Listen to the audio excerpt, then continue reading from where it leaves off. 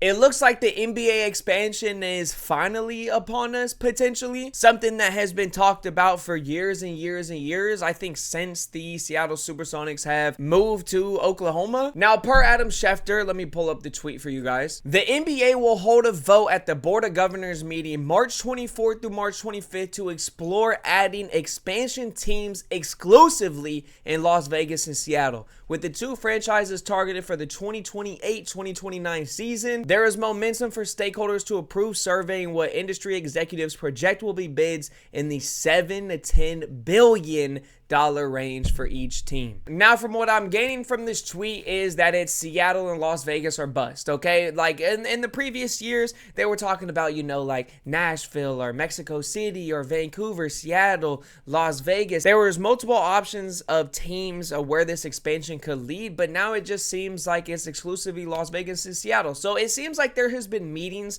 behind the scenes for these executives and owners of these teams to see what cities would make the most money, obviously, and what would be most fit. And by most fit, it's like what cities would attract the most fans, you know, the most revenue, and can handle the addition of another pro sports team. Now, we obviously knew that Las Vegas was going to be on top, okay? I mean, they just got the Las Vegas Raiders. They just got the Las Vegas Aces. I mean, the Athletics are moving to Las Vegas. So it was pretty telltale that Las Vegas was going to get an NBA team. And Seattle, being a city that has longed, since leaving and going to Oklahoma, has longed for an NBA team, a market that has great sports fans, has great revenue. I mean, we just watched the Seattle Seahawks win the Super Bowl. The Seattle Mariners were literally one game off from a World Series. The Seattle Sounders won the League Cup. And I mean, the Seattle Kraken are very fairly new, which I think the Seattle Kraken and the Supersonics, I'm thinking that they'll probably share arenas because Climate Pledge Arena is new. I think it was literally just built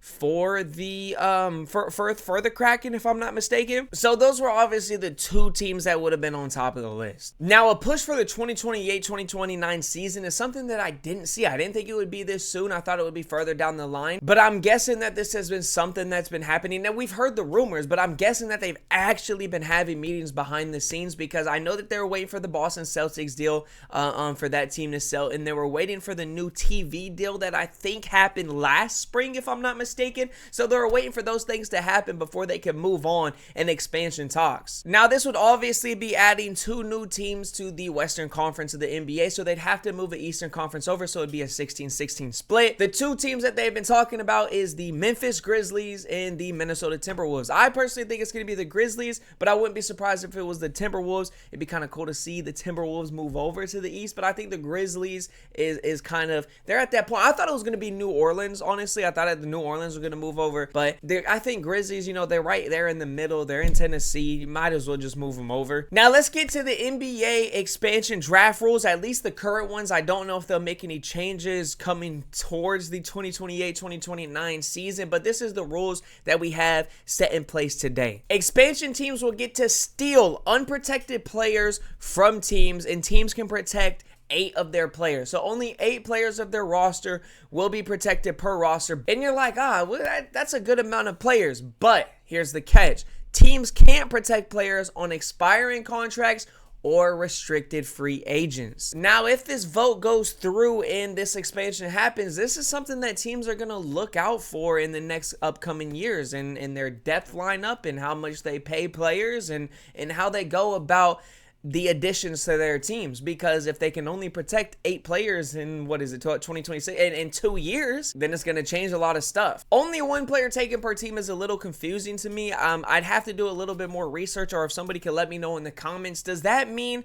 like only like let's look at the Phoenix Suns. If the Phoenix Suns, like, only 1 team can grab somebody from there, so if Las Vegas grabs somebody from the Phoenix Suns, then the Seattle team can't grab somebody, or is it like 1 player per team? Like, I don't know how that works. So, you know, there's usually not multiple team expansions that happen. So I'm a little confused on that one. I'd have to do some more research on that. Contracts transfer as they are. So whatever the contracts are is whatever the teams have to bite. I'm pretty sure that's going to play a big part in whatever. But I mean, if teams protect 8 of their top players, I'm pretty sure the guys with a lot of money aren't going to be available.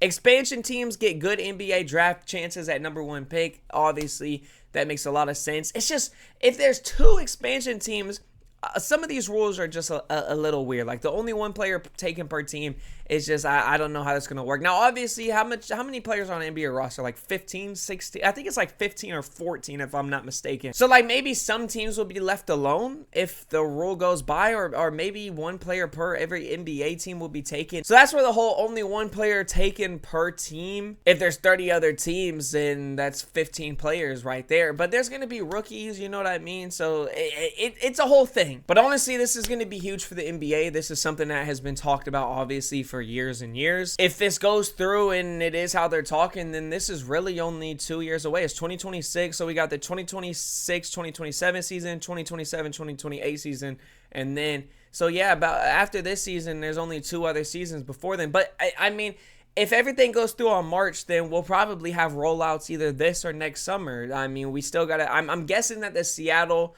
team is gonna take on the Supersonics back, you know what I mean, get their history back from OKC, which I'm pretty sure Adam Silver already said that is gonna happen. So they'll probably have the Supersonics, and they'll probably have their whole thing. Las Vegas is gonna be a different story. They're gonna have to pick a team name, team logo, etc., roll out merch and stuff. Like I said, at least for the Sonics, they already got merch out. Like I'm rocking I got 2 Supersonic hats as it is. I got this one and then the other logo that Ray Allen and them used to wear. So yeah, this is big news. I'm a Charlotte Hornets fan personally. I'm a Seattle fan for literally every team except NBA. Like I'm a Seahawks fan, I'm a Mariners fan, I'm a Seattle Kraken fan, I'm a Washington Huskies fan, you know what I mean? So it's like a lot of people have been asking me, hey man, if the Supersonics come back, are you gonna be a Supersonics fan or are you gonna be a Hornets fan? And it's like, that's a tough decision. I honestly think I'll stick with the Hornets. I've been a Hornets fan since like 2012, like since I was like 11 years old. So it's been 14 years of me being a Hornets fan. It's kind of hard to dip on a team that you've seen literally be asked your entire life. And some people are like, bro, they've been asked your entire life, why would you stick with them? Why don't you just switch teams? It's like, bro, when you go through all that pain and all that heartache, it's kind of hard to leave that team because you're emotionally attached. Like this year, the Hornets are good, and it's been such a fun. This is like the best Hornets team that I've seen since Kemba Walker, since I watched the playoffs in like 2016 when we lost to Miami Heat. But I'll still probably root for the Supersonics. I'll probably have a West team and an East team. Hornets will probably be number 1, and then Supersonics will be number 2. But yeah, man, I mean, I'm excited. It'd be cool to get an expansion thing. A lot of people are worried about the whole draft tanking thing because it's like Adam Silver's so worried about this tanking thing, but then you're adding 2 more teams. It's just gonna add even more tanking. A lot of people are saying cut down the season like to 68 or 62 games. Wouldn't be opposed to that as well. But I mean, all the information will come out soon enough. If this expansion goes through, I see a lot of changes to come in the future of the NBA, so we'll just have to find out, and I'll keep you guys updated.